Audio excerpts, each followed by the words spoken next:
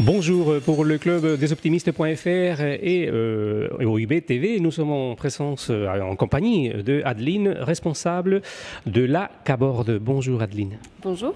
Alors, est-ce que vous pouvez nous présenter la Caborde ?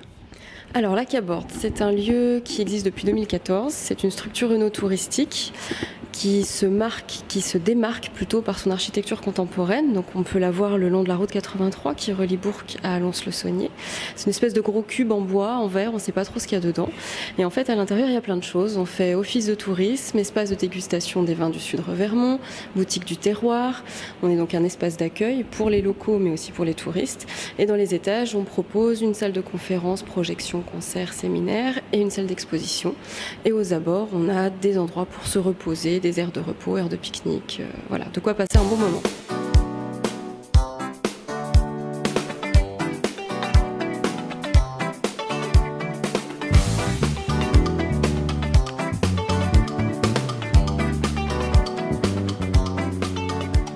Alors, donc depuis 2014, c'était un besoin, il y avait une demande ?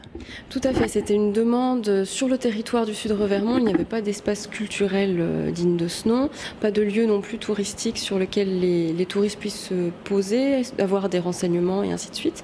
Donc les élus ont souhaité créer cette Caborde. Alors au début, elle ne s'appelait pas Caborde, on voulait simplement une sorte de phare comme ça dans le Sud-Revermont où on puisse aussi bien accueillir une programmation culturelle que faire du renseignement touristique. Voilà, donc office de tourisme, caveau de dégustation, c'est-à-dire que vous êtes là en quelque sorte pour promouvoir le terroir.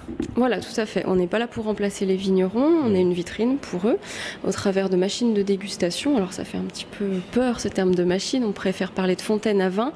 En fait, nous avons 10 vignerons partenaires du Sud-Revermont, quasiment tous en bio ou en conversion, c'est aussi à noter, qui nous proposent 24 vins dits tranquilles, donc pas de crémant, mais des rouges, des blancs, donc des blancs floraux, des blancs typés, vins jaunes, macvin, vins de paille, que l'on peut déguster par un système assez innovant puisque les 24 vins sont reliés à des bouteilles d'azote.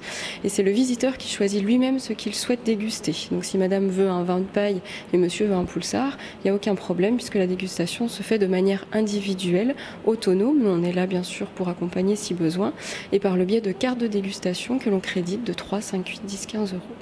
Donc dans cette maison, la Caborde, comme vous l'avez dit, il y a une programmation culturelle, il y a des expositions, des conférences, des concerts également. Voilà, il y a tout ça. On est un lieu en fait de rencontres un peu multifacettes. Donc on est ouvert tous les jours d'avril à novembre à peu près, puis toute l'année également sur réservation ou pour des événements culturels liés à Noël, liés à la percée du vin jaune. Enfin voilà, des choses liées au territoire ou aux traditions. Et puis durant toutes ces semaines d'ouverture, nous alternons différentes expositions temporaires avec des artistes locaux ou moins locaux, des peintres, des sculpteurs, mais aussi des performeurs. Donc voilà, il y en a un petit peu pour tous les goûts. Tout ça, bien sûr, en entrée gratuite. Et puis, nous avons ajouté à cela, tous les vendredis soirs, un rendez-vous, donc soit une projection débat, soit un concert, soit une conférence, soit un vernissage. Là, je fais une petite pause parce que je vais couper après. Pas couper, mais je vais introduire. Adeline, donc d'expositions, des concerts. Et quel est l'accueil, puisque ça n'existe que depuis 2014, donc ça fait déjà 2 ans, mais quel est l'accueil de la population ?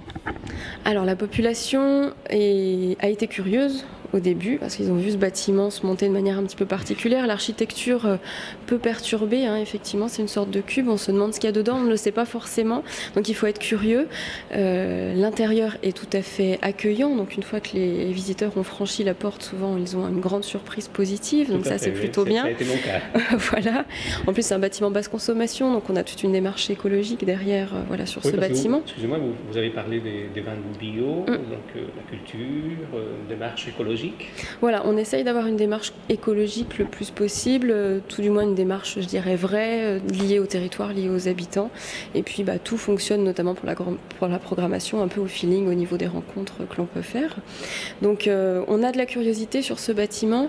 L'architecture, effectivement, ne parle pas, n'indique pas tout ce qu'il y a dedans. Donc nous, on incite beaucoup les gens, on compte beaucoup sur le bouche à oreille aussi, pour entrer dans ce bâtiment. Et ce qui peut perturber aussi, c'est tout ce que l'on peut faire. C'est-à-dire qu'on peut aussi bien organiser des randonnées pour des groupes au départ de la Caborde que effectivement accueillir des groupes, des professionnels pour des séminaires, que organiser un concert. Voilà, donc c'est vraiment très varié. Il faut le temps que que ça rentre un peu dans les esprits.